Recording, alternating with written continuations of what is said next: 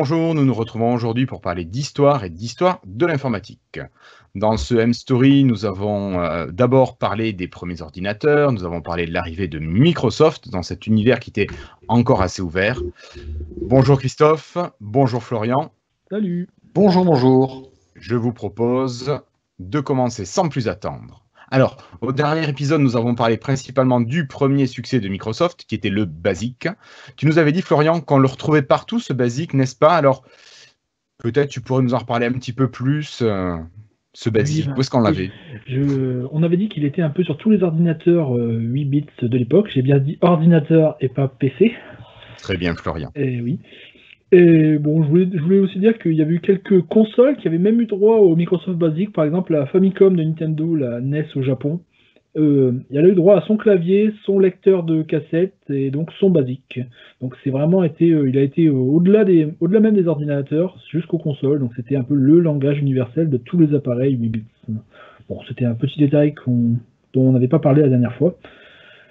Par contre, la dernière fois, là où on s'était arrêté, c'était au début des années 80. Donc, on avait aux États-Unis tout un ensemble de PC compatibles, tous des ordinateurs compatibles avec l'IBM PC, et tous ces ordinateurs tournaient sous MS-DOS, ce qui faisait un parc de machines compatibles, et ce qui arrangeait bien Microsoft parce que tout le monde achetait des licences chez eux. Ok. À court terme, donc l'arrivée massive des clones de l'IBM PC, c'est une bonne chose pour Microsoft parce que ça fait d'autant plus de clients qui sont prêts à acheter MS-DOS. Mais je sens qu'il va y avoir un mais. Ouais, mais par contre, voilà, les constructeurs, ils sont pas chez Microsoft parce qu'ils aiment DOS. Ils sont chez Microsoft parce que IBM utilise l'OS de Microsoft. Ils suivent pas Microsoft, ils suivent IBM. Et donc, si un jour IBM décide de changer de système d'exploitation et lâche Microsoft, eh ben, tous les constructeurs de clones vont suivre. Et Microsoft va se retrouver du jour au lendemain sans le moindre client. D'accord. Donc, Bill Gates pense que c'est un grand risque quand même de dépendre seulement de MS-DOS. Oui. Alors, qu'est-ce qu'il nous propose? On va voir ça après. Mais en attendant, IBM demande quand même à Microsoft de continuer de développer DOS et de développer une deuxième version pour leur second PC, l'IBM XT Extended. On en avait parlé la dernière fois, c'était le premier modèle avec un disque dur. Alors ce qu'IBM demande, c'est vraiment le travail minimum, c'est que Microsoft ajoute à MS-DOS le support du disque dur. Donc on peut se dire que c'est quand même quelque chose qui est relativement simple pour une société comme Microsoft qui a quand même l'habitude de gérer tout ça. C'était le début encore. D'accord. Mais du côté de Microsoft, il y a Paul Allen qui n'est pas vraiment d'accord. Il pense qu'il faudrait réécrire entièrement MS-DOS pour se débarrasser du code de 86-DOS qui n'a pas été écrit par Microsoft, on se souvient, il l'avait acheté à une autre compagnie. Et donc, ils veulent le réécrire en interne entièrement. Au final, c'est ce qui va être fait. Et avec MS-DOS 2.0, le code du système d'exploitation va entièrement changer. Il va avoir aucune ligne de code gardée. Et MS-DOS va devenir plus proche de Unix, avec entre autres un support des dossiers dans le système de fichiers, parce qu'il faut bien savoir que dans MS-DOS 1.0, on ne pouvait pas créer de dossier, tout était juste sur une disquette en vrac. Super. Bah oui. On va avoir aussi la possibilité de charger des drivers autres que ceux contenus dans le DOS, et donc ajouter des nouveaux périphériques à la machine. Et au passage, beaucoup d'ajouts en interne qui vont faire que l'OS va rapprocher de Xenix. Xenix, si on se souvient bien, c'est le Unix de Microsoft, leur autre système d'exploitation, écrit en C et portable à tout type d'architecture, mais qui était trop gourmand à l'époque pour les IBM PC en ressources. Oui, ce que tu nous avais dit, oui. Oui, c'est ce que j'ai dit la fois, je rappelle un peu au passage, d'où le besoin donc d'utiliser DOS qui lui est écrit en utilisant beaucoup d'assembleurs x86, donc les processeurs d'Intel, et qui donc n'est pas portable, il fonctionnera que sur les PC type Intel, mais il est beaucoup plus léger. D'accord. L'idée à terme de Microsoft, donc c'est ce qu'on voit sur la slide ici avec la publicité du début des années 80, à terme, ils veulent fusionner MS-DOS et Xenix. D'accord. Xenix est un Unix, donc c'est un OS déjà multi-utilisateur. C'est-à-dire que plusieurs utilisateurs peuvent utiliser un PC sous Xenix en même temps en se connectant à distance. Et ils espèrent qu'à terme, le MS-DOS va devenir identique au mode mono-utilisateur de Xenix. Ainsi, les gens verront pas la différence et le jour où on passera sur Xenix, ça se fera sans souci. Ouais. Pour la petite histoire, avec l'arrivée des dossiers dans MS-DOS, il a fallu choisir un petit caractère pour séparer le dossier, le slash. Oui. Ou sous Windows, justement, l'anti-slash. Alors Eh pourquoi oui. on a choisi l'anti-slash alors que sous Unix c'était les slash? C'est justement parce que avec CPM, le slash avait été déjà choisi pour lancer des commandes, et donc ils n'ont pas eu le choix. Ils ont pris ce qui était le plus proche, et ça a été l'anti-slash. Et c'est pour ça qu'aujourd'hui sous Windows, on est le seul système d'exploitation à utiliser l'anti-slash pour les séparateurs de dossiers. Contrairement à tout le reste du parc informatique. Si on voit bien sur le web, sur Internet, c'est toujours des slash. Sur Windows, c'est toujours des anti-slash. Je pense que vous avez déjà remarqué ça. Oui, nous, oui, mais bon, tout le monde, je ne sais pas. Oui, c'est une petite remarque geek, on va dire. Donc, voici à quoi ressemblait, donc je l'ai déjà montré la dernière fois, mais l'IBM XT, donc le premier ordinateur IBM PC avec un disque dur. Celui-ci est sorti en mars 1983 avec MS-DOS 2.0. Et le code source de MS-DOS 2.0, donc réécrit entièrement par Microsoft, va servir de base à tous les systèmes d'exploitation 16 bits de Microsoft jusqu'à Windows Millennium en 1999. Qu'ils auraient mieux fait de pas sortir celui-là, mais bon, ça c'est encore une autre histoire. Oui. Donc, j'imagine qu'on en reparlera. Voilà. Tous les OS jusqu'à Millennium vont descendre directement du code de MS-DOS 2.0. C'est dingue. Oui, c'est assez marrant, ça va. Hein. Bon. Pour revenir donc au parc PC, donc il y a quand même une grande compagnie qui ne suit pas les autres pour faire des clones de IBM PC. Ça serait pas une compagnie aux fruits? Bah oui, c'est Apple. Eux, ils décident donc de continuer dans leur coin avec leur propre système. Et après le succès de l'Apple II, ils développent donc un nouveau PC, l'Apple III. Bon, ce sera un vrai désastre commercial puisque Steve Jobs a décidé que c'était moche d'avoir des fentes d'aération parce que c'était pas très design. Et donc il a demandé à l'équipe d'avoir un minimum de fentes d'aération sur le PC, enfin sur l'Apple. Et donc ça fait que l'appareil surchauffe énormément et ça a été un fiasco commercial complet. Parce que l'appareil cramait? Oui. D'accord, tout simplement. Bah oui. C'est marrant parce que je n'avais jamais entendu parler de celui-là, l'Apple II, la série Apple II, elle était très connue, mais pas l'Apple III, je l'avais jamais vu. Ça a été tellement une catastrophe qu'ils ont continué de faire des Apple II à la place. Et il y avait toujours la Microsoft Card qu'on pouvait mettre dedans, c'est ça? Je ne sais pas si c'était encore compatible, c'est possible, je n'en sais rien. Je crois qu'il est parti tellement vite que je suis pas sûr qu'il y ait eu grand chose qui a été développé pour celui-là. Okay. Puisque l'Apple III a été un désastre, ils ont commencé à développer l'Apple IV. Bon, logique. Qui va rapidement devenir l'Apple Lisa. Pour l'Apple Lisa, Steve Jobs veut passer à l'interface graphique, parce que justement, il a découvert la compagnie Xerox, qui est la première à avoir développé une interface graphique fonctionnant avec une souris. D'ailleurs, ils ont inventé la souris. En fait, ils ont même inventé. D'accord. Ils ont même inventé le système d'UI, en fait, d'interface utilisateur en informatique. Oui, c'est ça. Ils sont vraiment à l'initiative de ça. Et tous les autres ont copié, en fait. C'est ça. Et en fait, c'était un petit Xerox à l'origine, c'était des fabricants de photocopieurs, toutes ces choses-là, et donc ils avaient créé un parc qui recherchait des nouvelles innovations. Donc les ingénieurs du parc ont inventé la souris et donc l'interface graphique. Et donc ils ont été présenter ça à leur chef, et les mecs ils se sont dit mais c'est de la merde, ça sert à rien quoi. Et donc ils ont décidé de rien faire, pas poser de copyright, rien du tout, et de laisser les autres compagnies s'en inspirer gratuitement. D'accord, ouais, c'était cool quoi, c'était plutôt sympa, ouais. C'est un mauvais plan. Ouais, non, ils étaient fair play. Mais... Bon, ils n'ont pas inventé que ça, d'ailleurs, ils ont inventé également au passage le concept des langages orientés objets qui vont devenir assez standards à partir des années 90. Putain, ils étaient vraiment en avance sur leur temps. Il y a eu des visionnaires et il y a eu des perdants. Hein. Pardon ? Il y a eu des visionnaires et il y a eu des perdants. Oui. Et donc, puisque Steve Jobs a le droit gratuitement de s'inspirer du Xerox, il va pas se gêner. Hein. L'interface graphique de l'Apple Lisa sera directement inspirée de celle du Xerox, donc avec une souris et donc une interface graphique. Ouais. Alors attends, excuse-moi, je t'arrête une seconde. Oui. Ça, c'est un truc qui a été designé par Steve Jobs? Par une équipe, enfin c'est pas seulement, mais c'est une équipe. Oui. Enfin, c'était lui qui était censé être à l'origine de tout ça.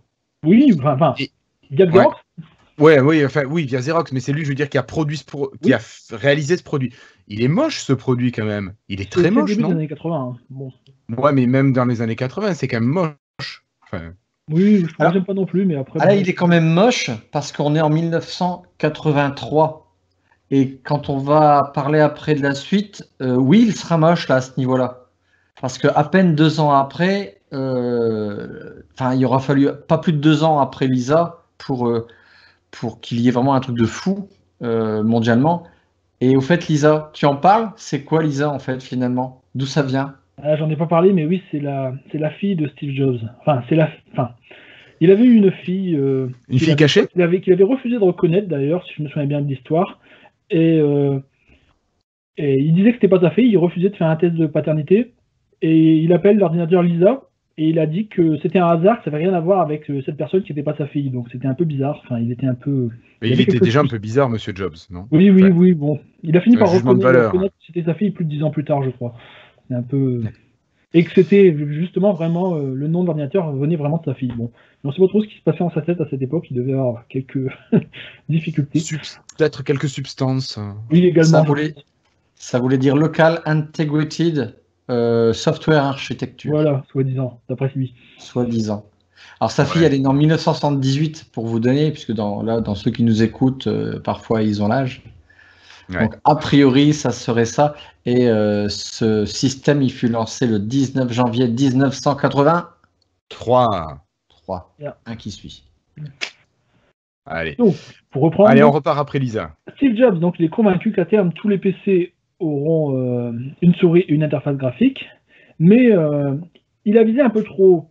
Au fil du développement du Lisa, il a ajouté de plus en plus de composants chers et au final, la machine est super complexe et super coûteuse à produire et c'est un flop également. Encore? Bah oui. Donc les dirigeants d'Apple, parce qu'il faut bien savoir que pour faire grossir l'entreprise rapidement, Steve Jobs et Steve Wozniak, ils avaient fait appel à des investisseurs privés et donc ils possédaient plus entièrement leur compagnie, c'est assez classique ce genre de choses. Et donc le conseil d'administration, il va retirer donc le projet des mains de Steve Jobs et ils vont le réassigner donc à un autre projet mineur qui était celui de construire un ordinateur low cost, le Macintosh. D'accord. Alors rapidement, Steve Jobs, on lui dit de construire un ordinateur low cost, et ben il fait pas ça du tout. Il reprend toutes les idées qu'il avait pour le Lisa et il les balance cette fois dans le projet Macintosh pour faire une interface graphique encore meilleure. Mais est-ce qu'elle fonctionnera celle-ci? On va voir ça. Du côté de Microsoft, donc, il ne fait aucun doute que les langages ne sont plus à terme un marché viable. Les consommateurs préfèrent de plus en plus des applications toutes faites comme les traitements de texte ou les tableurs. Pour Bill Gates, l'annonce de l'arrivée du Macintosh et donc de l'interface graphique d'Apple, ça ouvre un nouveau marché. Une façon de se séparer un petit peu d'IBM et de ne pas mettre tous ses œufs dans le même panier. Microsoft donc commence à développer également pour Apple. Étonnant, hein? Ouais. À l'époque, l'un des tableurs les plus utilisés était donc celui qu'on voit sur la slide, VisiCalc, qui était un tableur pour Apple II qui valait $75. Microsoft décide de lancer son propre tableur. Et donc, afin d'être compétitif, ils doivent être moins chers et ils décident d'être compatibles à la fois avec le Mac et le PC. D'accord. Alors quand tu dis le Mac, c'est tout ce qui est Lisa et le Macintosh aussi. Sorti, mais il n'est pas encore. J'ai été un peu vite. Il n'est pas encore sorti, mais Apple cherche déjà des développeurs pour travailler avec eux et avoir tout de suite un écosystème à la sortie. D'accord. Ok. Donc Microsoft est rentré dans la danse. Microsoft est très impliqué dans le développement du Mac. Ouais. Tant qu'on est là, je voudrais placer un petit peu la partie de nos ordinateurs préférés. Enfin, pas vous, parce que vous n'aimez pas ces ordinateurs-là. Pauvre ignorant. Je me positionne au niveau historique juste après Lisa. Au même moment, en 1934, c'est ça? Non, en 84. Donc, juste après Lisa, il y avait la gamme des Atari et des ensuite Amiga. Alors, vous avez peut-être au moins connu le nom, et ceux de ma génération, je pense qu'ils l'ont tous connu.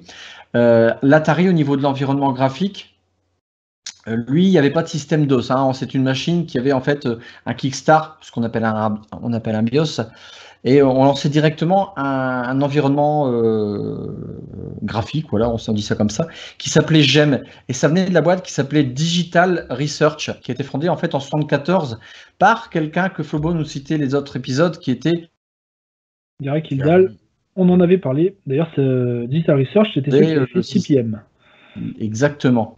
Alors, le GEM que cette société Digital Research a fondé, on le retrouvera aussi sur une gamme que vous avez certainement entendu le nom, qui était les PC. Par contre, les Amstrad PC. D'accord? Oui. Un petit peu plus tard, hein, donc ce truc-là. Alors le GEM, il était disponible du coup sur les Atari et sur les PC, sur certains PC. Et en fait, le GEM était sur un environnement graphique qui s'appelait le TOS. TOS. Non, pas du tout, pas de doux. C'était The Operating, ça s'appelait The Operating System. C'était le TOS en fait sur Atari. D'accord. Voilà. Oui, de toute façon, je les avais mis dans les slides plus loin, donc on va les voir. D'accord. À noter aussi qu'en fait, il y a eu un procès qui a été intenté par Apple contre Digital Research concernant un brevet sur les environnements graphiques. Ah bah tant qu'à faire, puisque tous se posaient sur ce que tu as dit, Xerox, ouais. Xerox. Mais alors Apple, tant qu'à faire, bah attends, moi je vais faire un procès parce que moi ce que j'ai copié, j'ai le droit, mais pas les autres. D'accord? Oui, bah, donc c'était sur l'icône de la poubelle. Et donc, ça, tout à fait. Donc, ça a obligé à supprimer tout ce qui était en équivalent chez Apple. Et ce qui a un peu tué net le produit pour les PC d'Amstrad. En fait, c'était un peu con. Alors, Microsoft n'avait pas, à ce moment-là, hein, Microsoft n'avait pas encore commercialisé sa version de Windows, le système d'exploitation, mais parce qu'il travaillait en collaboration avec Apple, ce que on dirait dans quelques slides, oui. Et ce qui nous dira Flobo. Ok. Je finis un truc, juste pour les trucs, parce que j'aime bien. Le créateur d'Amiga, en fait, c'était un ancien employé d'Atari qui s'appelait Jimmy Miner, et il fondait une société qui s'appelle iTiro et qui devient ensuite l'Amiga Incorporated en 82, un petit retour en arrière. Ce gars-là, il vous parle pas, mais vous avez peut-être connu des jeux qui venaient d'Activision. C'était lui. Oui, d'accord. Voilà. Et vous savez qu'il y a toujours eu, alors vous n'avez peut-être pas, mais il y a toujours une guerre entre l'Atari et l'Amiga. L'Amiga étant sorti après, elle a fallu pas commencer, pardon, parce qu'en 84, Atari avait conclu un deal pour racheter Amiga Corp, qui n'était pas encore chez Commodore, pour prêter sa technologie et puis créer les ordinateurs Atari. Et quelques jours avant que le deal y soit fait, il y a Commodore qui débarque et a racheté 4 fois le prix du coup Amiga Corp. Et donc voilà. Et c'est comme ça que les Atari ST se sont créés hyper rapidement pour essayer de couper l'herbe sous le pied à Commodore. Pour revenir à notre relation de MS Story, l'Amiga Basic, c'était un ancien langage de programmation qui est installé dans le système Amiga, le Workbench, et c'était créé par une petite société américaine de Seattle qui s'appelait Microsoft, avant qu'elle commence son propre exploitation Windows. Voilà. Ok, merci Christophe. Florian, tu reprends la parole. Oui, donc où en est-on déjà? Oui, donc il y avait donc VisiCalc qui était donc le tableur le plus populaire sur Apple II, et donc Microsoft voulait développer pour à la fois le Macintosh qui allait sortir et pour PC, donc un tableur qui serait meilleur que celui-là et moins cher.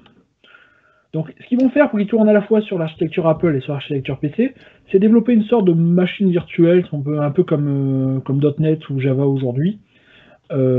Et donc, les programmes sont développés pour cette machine virtuelle qui tournera à la fois sur PC et sur Mac. Et donc, ça permettra d'avoir un code universel pour les deux systèmes.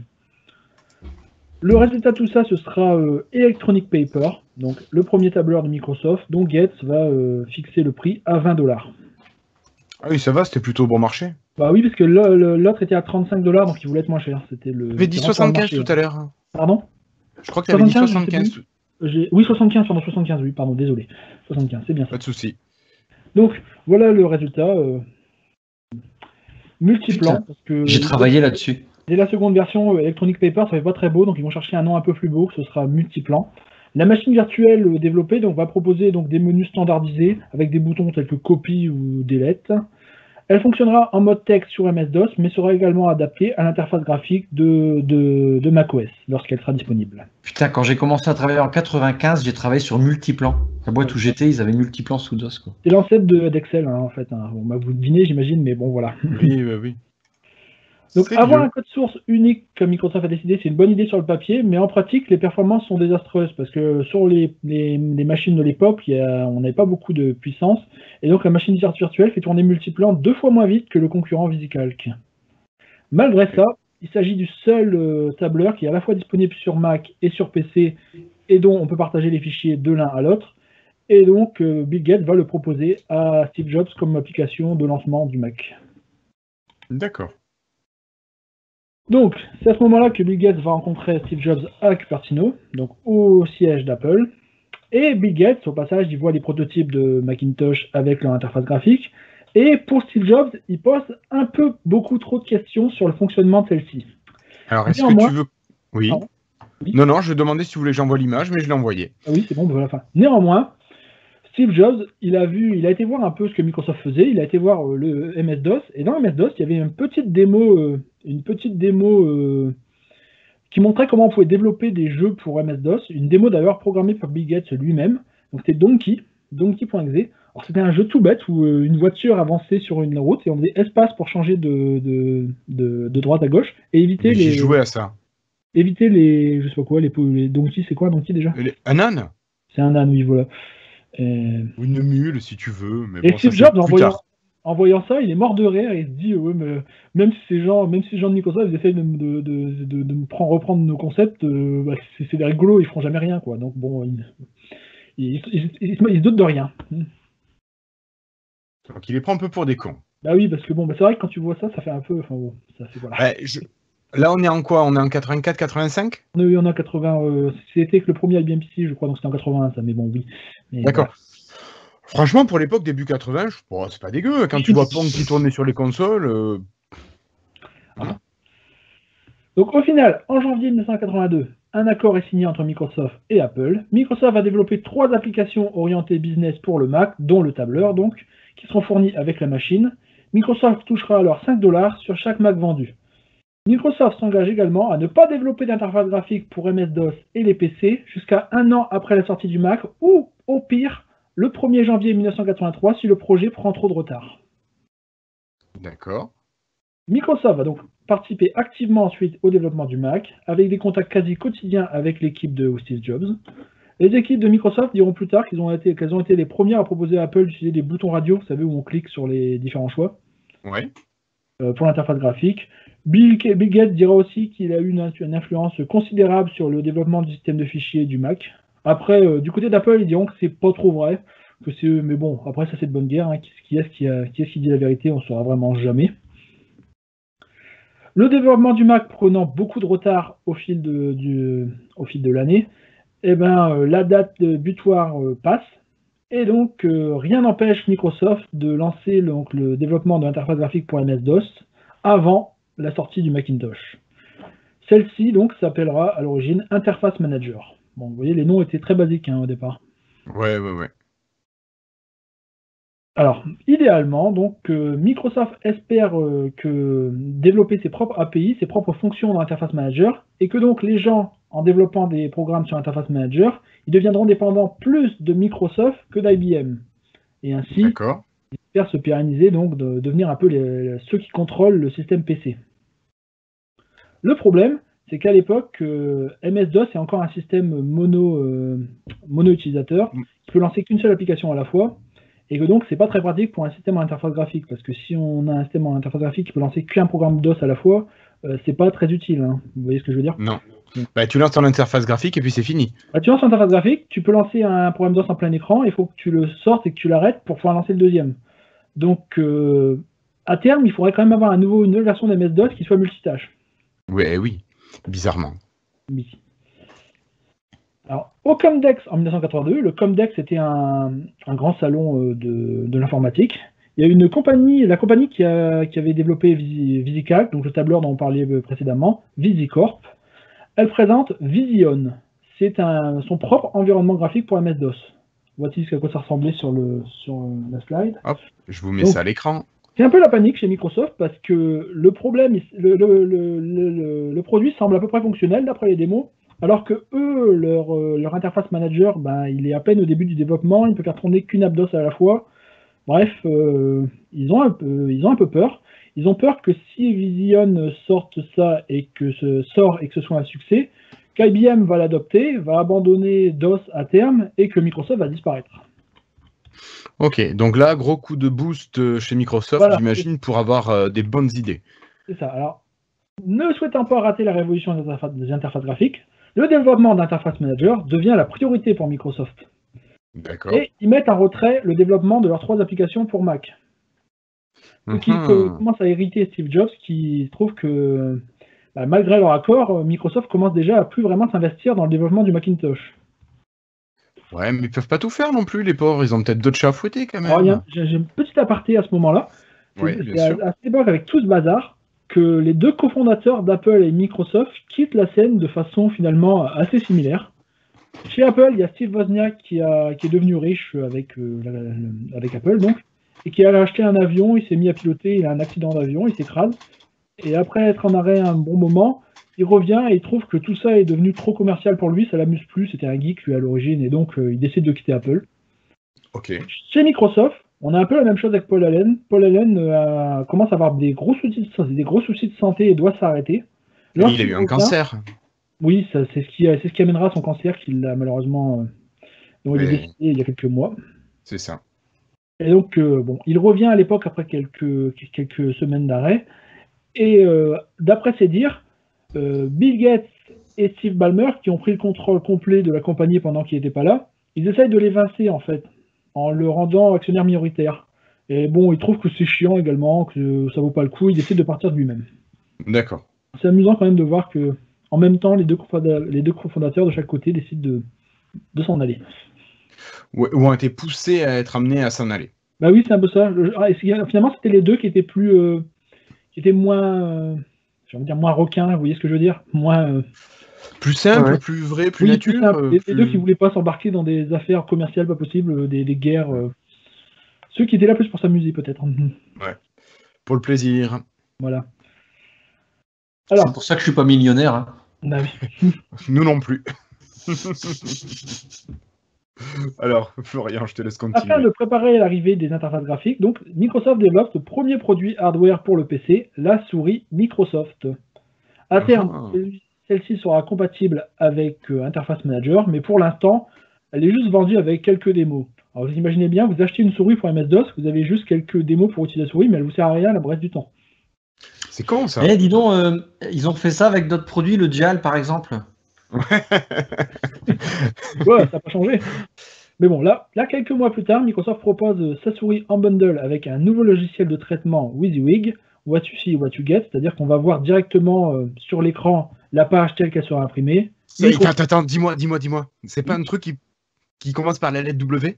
Si, d'ailleurs, on le voit sur la slide, là, c'est pas très dur à deviner. C'est Microsoft Word. D'accord, donc là, on est en quelle année? 85? 84? 84. C'est la première application DOS qui va utiliser la souris Microsoft.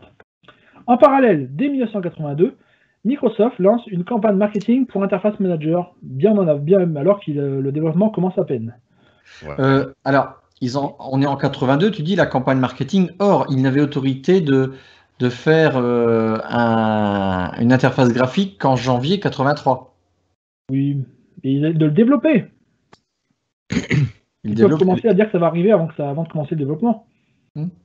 Ça a été le but justement parce que, on sait bien que c'est Windows, j'allais dire Windows n'arrivera qu'en 1985, mais ils commencent déjà 3 ans avant à dire que ça arrive bientôt. Oui. L'histoire que je t'ai demandé tout à l'heure, tu t'en souviens ou pas? C'est pour Steve Jobs. Concernant les Windows. Non, je ne vois pas, pardon. Un accord entre Apple et Microsoft au niveau... C'est ce que je disais tout à l'heure, je pensais que c'était ça dont on parlait. Ah non, c'est pas ça. Et je n'ai pas retrouvé l'histoire où en fait dans les premiers Windows c'est pareil, une sorte d'accord, je n'ai pas les sources, je me souviens plus, mais de mémoire c'était quelque chose comme il fallait pas que les fenêtres soient... Ah oui, je l'ai, oui, ce sera pour les épisodes suivants, mais oui, d'accord. On n'en parle pas. Il fallait pas que, oui, c'est parce qu'on arrive, on va le voir tout à l'heure d'ailleurs ça. C'est proche pourtant. Au passage, donc lorsque Microsoft rencontre maintenant les constructeurs de PC, ils leur disent, vos utilisateurs MS-DOS, ils passeront sans problème à Interface Manager. Ils auront besoin d'une souris compatible, mais c'est pas un problème, on la vend aussi, on peut vous la fournir. Ils ont raison, c'est vilain. Il laissait également entendre qu'IBM était sur le point d'adopter Interface Manager comme le successeur de MS-DOS. Alors que c'était du bluff. Ah oui, c'était du bluff. En pratique, c'était pas du tout le cas. D'ailleurs, IBM, ils n'étaient pas contents de devoir dépendre de quelque chose de Microsoft et ils pensaient, eux, à développer leur propre interface graphique dans leur coin. Au Comdex de 1983, Microsoft présente pour la première fois Interface Manager, renommé à l'occasion Microsoft Windows, au public. Alors le produit n'est pas prêt, c'est une simple démo technique, donc là il y a une des rares images de l'époque qui existe parce que, bon, malheureusement, il n'y avait pas tant de caméras à l'époque. Ah bon, c'est étonnant. Alors, Microsoft dépense sans compter pour promouvoir Windows. Il y a des bannières Windows qui sont partout. Chaque participant au Comdex reçoit un coupon de réduction Microsoft Windows valable dans tous les restaurants aux alentours. Il y a une loterie Microsoft Windows qui est organisée. À la fin de la conférence, Microsoft a réussi son pari. Toute la presse informatique de l'époque parle de Microsoft Windows, un produit qui n'existe pas encore et dont le développement commence à peine. D'accord. Ouais, beau succès marketing pour une fois. Bah oui, Pardon, mais malheureusement, beau succès marketing. ça ne dure pas. T'en vois d'autres? Non, mais après on va dire que je troll, machin. Non, beau succès marketing. Voilà, point. Oui.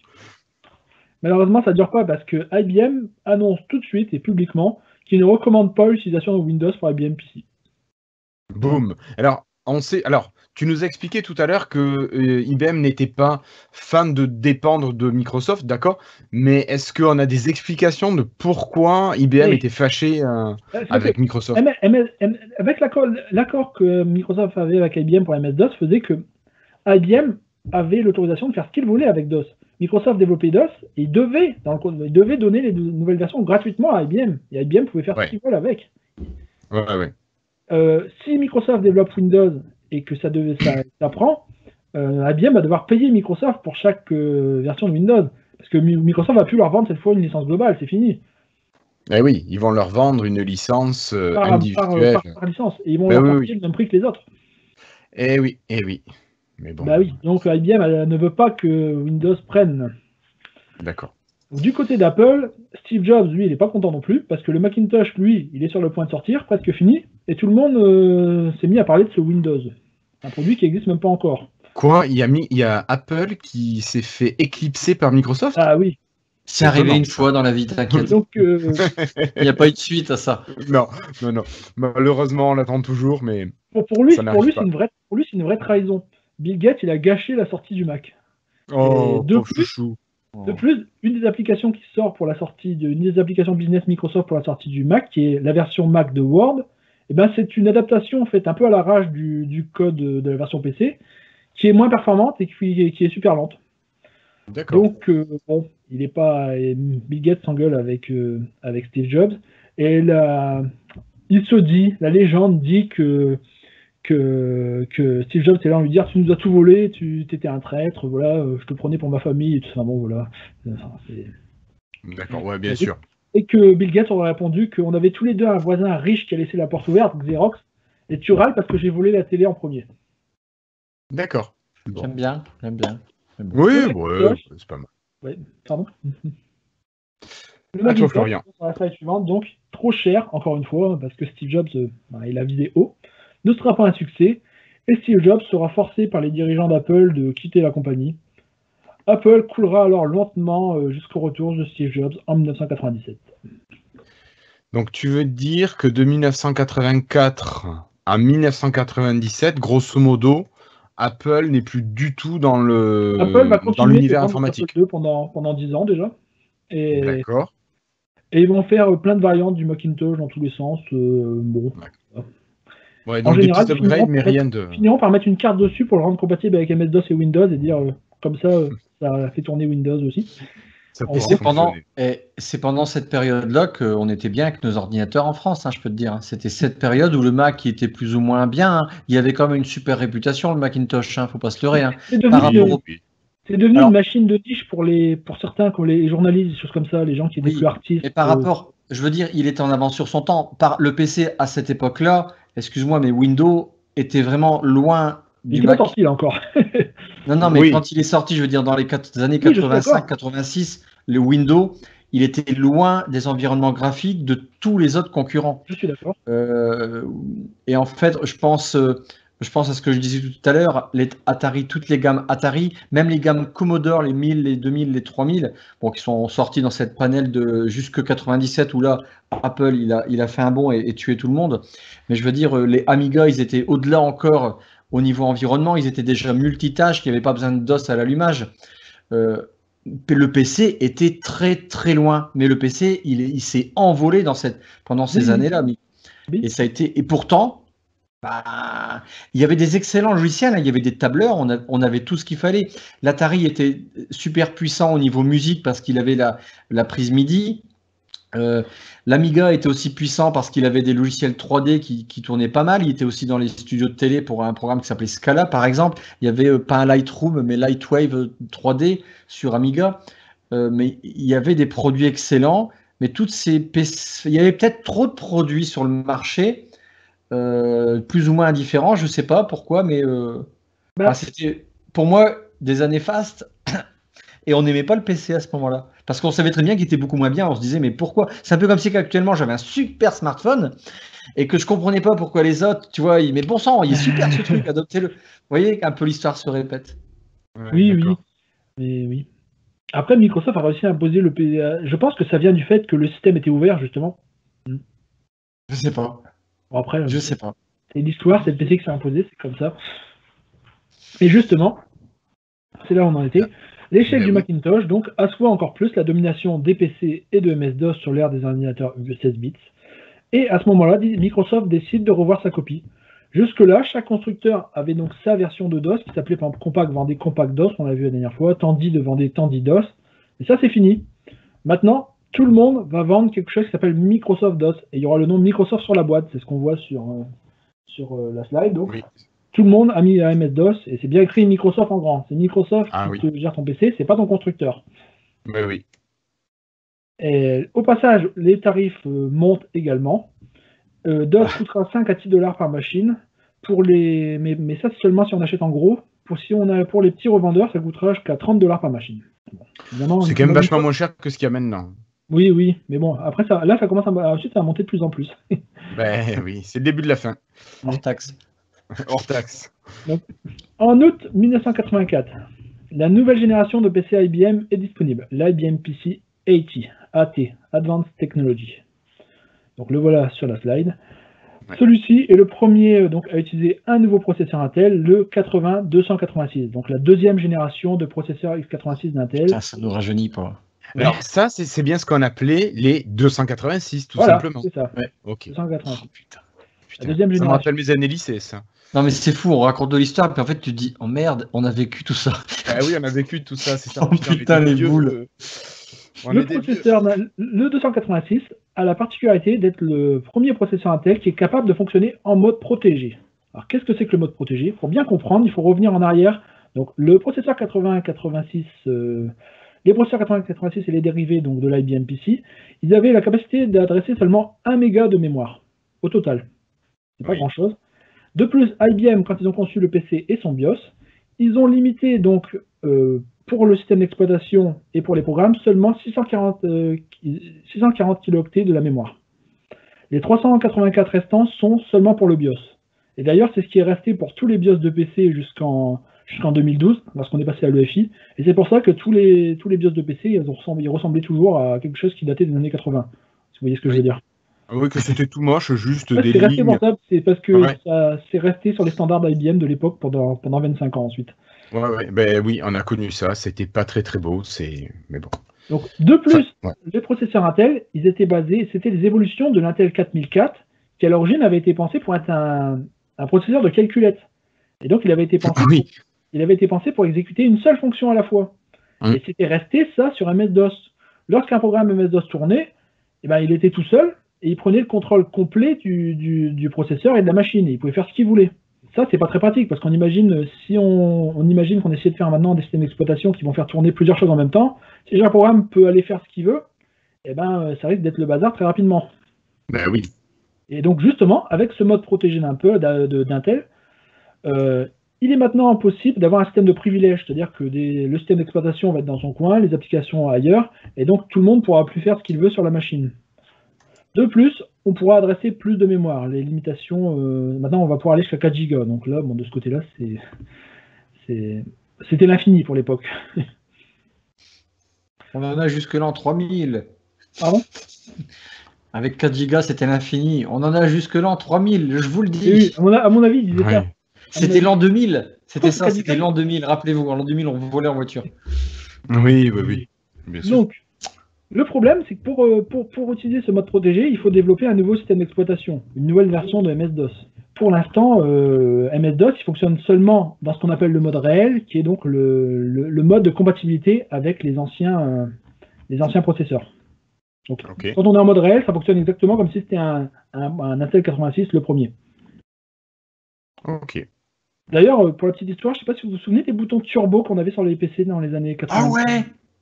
Oui. C'est parce que lorsqu'on était en mode réel, eh bien, le problème, c'était que le processeur, il allait trop vite par rapport au processeur de l'IBM PC d'origine. Et donc, le mode turbo, ce que ça faisait, c'est que ça le ralentissait pour le faire revenir à la fréquence du premier IBM PC.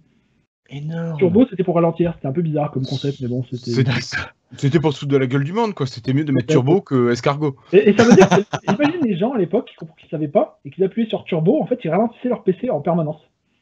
Ben oui, mais je crois que je l'ai fait. Hein. c'est quand même assez. Tu dis putain, il faut que ça aille plus vite, Tu appuies sur turbo, logique. C'est marrant. Ben non. Ben oui. Enfin bon. Donc ce nouveau IBM XT, donc avec son nouveau processeur Intel, il pourra tourner en mode protégé, mais il faudra donc une nouvelle version de DOS. En attendant, les utilisateurs sont bloqués en mode réel. Le problème pour Microsoft, c'est que IBM a décidé, donc en plus de MS-DOS, de mettre dans de fournir avec l'IBM XT, donc l'IBM AT, pardon, il y en a eu tellement, je me mélange les pinceaux, l'IBM AT, un nouveau petit programme qui s'appelle TopView. Voici l'app. Ouais, le slide. Voilà. Alors que DOS donc n'est pas encore multitâche et que Windows pas disponible, TopView sert de sorte de mini-environnement graphique pour faire tourner plusieurs programmes en même temps, mais seulement certains présélectionnés par IBM, parce que vu qu'on n'est pas en mode protégé, il devait bidouiller un peu les programmes pour que ce soit compatible, et donc il n'y avait que certains des programmes simples et populaires qui fonctionnaient. C'est une solution temporaire, hein, c'est une bidouille en attendant un vrai système d'exploitation en mode protégé. Mais pour Bill Gates, c'est déjà beaucoup trop. Parce que si IBM commence à développer son propre système au-dessus de DOS, à terme, rien ne l'empêche de développer ce TopView encore plus et d'en faire le système d'exploitation multitâche du futur. Et dans ce cas-là, qu'est-ce que Windows va devenir? On est bien d'accord, attendez. Je veux dire, hein, pensez bien, là c'était la guerre à l'époque, hein, mais quand vous sortez ça et que vous étiez déjà sur des ordinateurs 16-32 bits à la maison avec des environnements graphiques de base avec une souris, tu te dis mais c'est pas possible que ces gars-là vont gagner la guerre, quoi. C'est pas possible, ils ont des dinosaures, on est déjà en voiture turbo, quoi. Eh ben non, tout est possible. Attends, ton turbo faisait ralentir ta voiture, Christophe. Ouais, c'est ça. Non mais c'est fou, quand tu vois cette merde en 84, quoi. En 84, l'Atari ST existait déjà, quoi. Mais en fait, c'est pas possible. Et c'est là que tous les espoirs. Non, ce que je veux dire, voilà, il faut avoir espoir dans la vie, toi. C'est un cas concret. C'est juste qu'il faut voir qu'ils avaient très peu de capacité graphique, les PC. Ils étaient pensés pour du business à l'époque, donc c'était, ils pouvaient pas faire grand-chose sur les premiers. C'était pas fait pour. Ouais. Voilà. Bon, en tout cas, pour sauver Windows, Bill Gates se rend chez IBM pour leur proposer sa vision personnelle du futur de MS-DOS et du PC. Alors, DOS 3 sera la prochaine mise à jour mineure du système. DOS 4 sera l'OS qui deviendra multitâche pour un petit multitâche basique, un peu comme TopView pour les anciens PC 86. DOS 5 amènera un mode multitâche en mode protégé. Et DOS 6 sera le DOS du futur qui sera compatible avec Xenix. Bon. D'accord. Et donc on deviendra un Unix encore meilleur que Unix. Il n'y avait pas pensé à un DOS 10 le dernier? Non, non, ça s'appelle Windows 10. Pardon. Bon, là, il tire il fait des plans, sur 10 ans. Hein. Bon, ça ne sert pas à grand chose, mais bon, il essaie de convaincre IBM de les suivre. Il se vend. Ouais. En attendant, IBM, ils sont plus intéressés sur simplement le développement de la prochaine version de DOS 3, que par les visions de Bill Gates. Hein. Ouais. Celui-ci doit ajouter des fonctions réseau au système d'exploitation et il prend de plus en plus de retard. Finalement, il sortira même sans les capacités réseau et donc Microsoft devra sortir une nouvelle version DOS 3.1 en 1985 plus tard qui les amènera. En fait, Microsoft met tellement tout le monde sur Windows qu'au final, ils prennent du retard également sur le développement de DOS. D'accord. Bill Gates, il va quand même réussir quelque chose, c'est qu'il va convaincre IBM de proposer Xenix en système d'exploitation pour le optionnel pour l'IBM AT. Parce que Xenix étant un Unix, il est compatible avec le mode protégé déjà il est déjà conçu pour fonctionner en mode protégé. En réalité, c'est pas des modes protégés, parce que c'est même pas le même type de processeur, mais il est déjà conçu pour fonctionner avec des systèmes de privilèges, d'applications comme ça. Et donc, il développe une version de Xenix qui est compatible avec l'IBM AT. Bon, ça sert à rien parce qu'il n'y a quasiment pas d'application dessus, mais bon, ça fait toujours un système d'exploitation publicité pour dire il tourne en mode protégé. De son côté, la première version de Windows est presque enfin prête. Microsoft envoie des versions d'essai un peu partout dans la presse en espérant susciter un minimum d'intérêt, et c'est un échec total, tout le monde s'en fiche. Windows 1.0 sort le 20 novembre 1985 dans l'indifférence totale. Oh, alors qu'ils avaient réussi le premier coup marketing, mais ils ont mis trop de temps, encore une fois. Alors, de plus, comme TopView, Windows n'était pas vraiment un système d'exploitation multitâche parce que ça se basait sur le DOS non multitâche. Et donc, en dehors de certains programmes inclus et des programmes MS-DOS simples, eh ben, il pouvait faire tourner la plupart des programmes MS-DOS seulement un à la fois et en plein écran. Pour les programmes donc c'était pas, on va dire que c'était pas Byzance encore. Oui. Et Christophe, quand tu vois là cette image de DOS 3.1, t'en penses quoi par rapport à ce que tu connaissais toi à l'époque? Il faut que je vous partage mon écran. Alors, et là, juste pour finir, c'est ce dont Christophe parlait à l'époque. Dans Windows 1.0, on ne pouvait pas superposer des fenêtres. Elles étaient en côte à côte, mais pas superposées. D'accord. Et ça va provoquer justement un conflit avec Apple plus tard, mais enfin, on y arrivera. Ok. Allez, vous voyez mon écran là? Oui. On voit ton navigateur préféré. Oh putain. Bon voilà, là on est pendant qu'ils se battaient à l'époque. Là je suis dans le premier environnement de l'Amiga. Ouais. Donc quelle année tu nous redis s'il te plaît? On est en 85. En même temps que la sortie Windows donc. Et là on est dans du vrai multitâche. C'est-à-dire que à l'époque, regardez les yeux qui vont tourner en bas. Ça tournait. Je pouvais lancer un truc dans l'espace qui jouait son machin. Ça continuait à tourner. On pouvait lancer, il y avait même l'horloge, parce que l'air de rien, une horloge, bah, c'est quand même un système qui est en train de faire tourner quelque chose. Vous vouliez du plasma multicouleur, bah, ça va continuer à tourner. En fait, c'était un vrai multi-fenêtre, mais multi à l'infini. Alors qu'à l'époque, oui, c'était un multitâche réel, parce qu'il avait des coprocesseurs qui l'aidaient bien sûr. Mais ce que je veux dire, c'est que pendant ce temps-là, regardez, il faisait même du ray tracing. Alors le ray tracing, David Catu nous en parlerait bien mieux que moi, mais j'en sais rien du tout moi. Mais si vous voulez, tout ça, alors c'est je dirais pas de l'interférence, mais du multitasking, enfin bref, un système qui permet de dire au processeur, allez vas-y Coco, mais il y avait un processeur graphique séparé, bref, il était super puissant le Coco quoi. Et tout ça, bah, ça tournait tranquille. Pendant que le DOS était en train de se faire chier quoi, avec leur truc de merde. Moi, Microsoft galérait à faire une première version de Windows. Mais s'emmerder, mais ça existait, vous voyez, il y avait des choses qui existaient quoi, et qui étaient ultra puissantes en fait. Et d'ailleurs, ça coûtait moins de RAM que je crois, ça ne consommait pas grand chose de mémoire en plus. C'était quand même assez performant. Ce qui n'a jamais été reproduit, regardez l'Amiga en haut à droite, c'est que vous avez une RAM disque. C'est qu'on pouvait ouvrir une fenêtre d'une RAM. Et là, cette fenêtre-là, qui était redimensionnable sur les autres, parce que même sur le Windows 1.0, on ne pouvait pas s'amuser librement avec des vraies fenêtres comme ça. C'est-à-dire qu'elles se mettaient gauche, droite, en haut, en bas. Le calcul était tout pourri, quoi. Et là-dedans, on pouvait déposer des fichiers comme si, tiens, je mets ça dans la RAM. Je ne sais pas si on comprend. On ne sait pas faire ça. Parce que la RAM, elle est plus vite, en fait. La RAM, elle est plus vite elle est plus rapidement que le disque. Donc, déposer des fichiers dans la RAM, ça permettait de travailler plus rapidement dessus, c'est ça? Voilà, donc c'était juste énorme et malheureusement, bah, ça n'a pas. Ça existe toujours, hein, mais ça n'a pas pris le. Mais MS-DOS et Windows sont imposés par la force, et voilà. Maintenant, Christophe nous a montré à quoi ressemblait donc l'OS. C'est l'OS d'Amiga, c'est ça? Le Workbench d'Amiga, oui. Voilà. En 1985, on va voir rapidement à quoi ça ressemblait Windows pour les utilisateurs IBM PC, donc qui achetaient ça à la sortie, et vous allez voir que c'était pas glorieux. Ouais, donc, là, j'ai un émulateur d'IBM PC, donc XT, donc 8 MHz. Je vais le relancer. Voilà. Avec le bip. C'est bien. En 87, là, hein, donc 2 ans après ce que je vous ai montré. Hein. Non, mais là, c'est juste le BIOS. C'est un BIOS de 87. Hein, mais... Ah, pardon. Ouf, tu m'as fait peur. IBM PC DOS 3.20. Bon. Hop. On va lancer CD Windows, parce qu'il fallait faire ça. Hein. Et taper Win ensuite. Oui, ça me rappelle des choses. Microsoft. Putain, le truc. Première edition. Voilà. Alors. Ah merde. C'est moche ça. C'est glorieux. Alors, oui, c'est pas d'abord glorieux. un exécutif MS-DOS qui nous donne un peu donc ce qu'il y a sur le disque dur.